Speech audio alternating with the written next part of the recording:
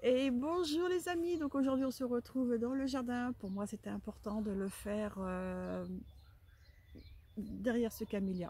Il est magnifique et en plein air, sous le ciel, les nuages, avec un peu de rayons de soleil, avec le vent aussi.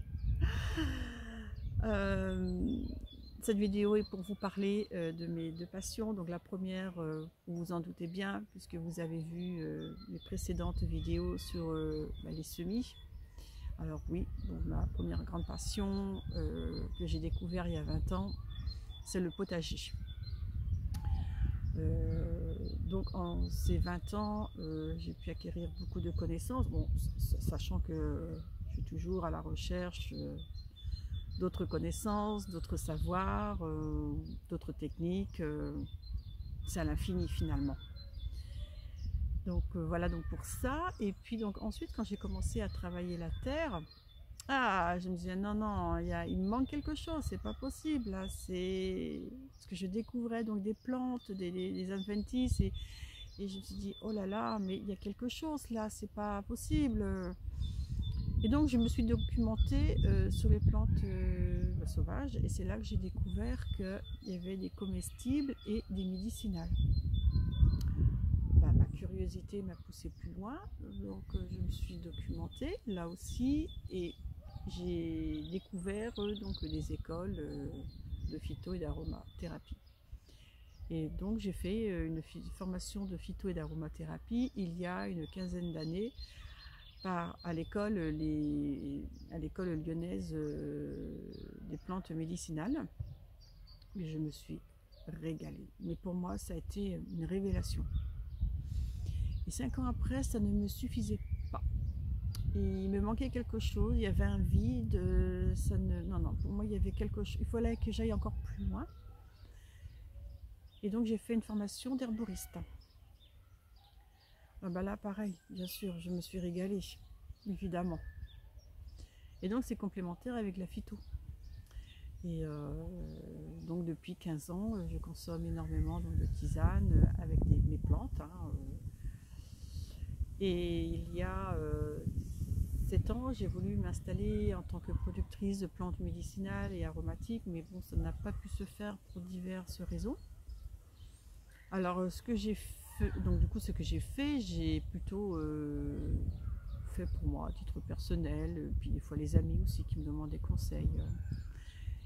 Et donc, je faisais donc mes plantes en pot, et ce qui donnait aussi de très bons résultats. Il n'y avait aucun souci. Donc voilà. Et donc cette année, je me lance de faire de la production à petite échelle, bien sûr, mais toujours à titre personnel. Je regarde par là, vers ma droite, puisque là, il y a le terrain qui est en train de se préparer. Alors, je ne sais pas quand est-ce que je vais pouvoir planter mes plantes, mais bon, je sais que là, le terrain, il se prépare. Mais s'il n'est pas prêt, c'est pas bien grave, les plantes resteront en pot et ça fera très bien l'affaire pour cette année. Donc suite à ces deux formations, j'ai un projet dans quelques temps. J'ai proposé donc des journées découvertes sur les plantes aromatiques et médicinales. Alors je ne sais pas encore sous quelle forme, pour l'instant c'est flou. Pour le moment donc je mets tout sur papier.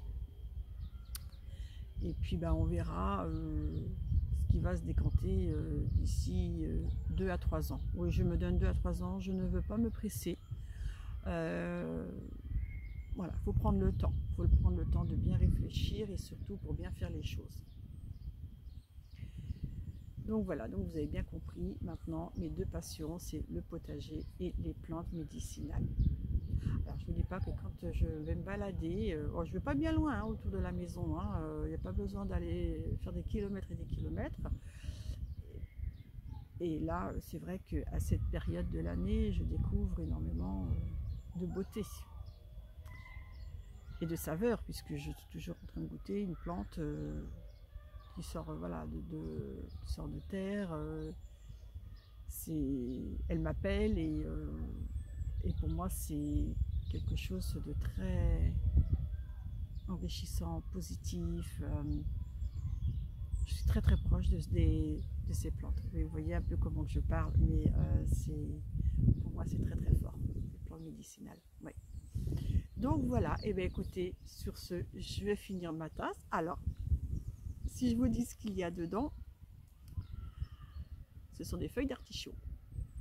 Oui, l'artichaut, alors nous on le consomme, enfin on consomme généralement, on va trouver l'artichaut, voilà, hein, qu'on va le cuire, qu'on va manger à la vinaigrette, les feuilles qu'on trempe, ainsi que le cœur, mais il y a aussi les feuilles qui se consomment en tisane. Voilà, alors c'est une plante amère parce que c'est une plante pour le foie. Nous sommes en mars, et donc en mars, en phytothérapie, on nettoie son foie 2 fois dans l'année, une fois en mars, une fois en septembre.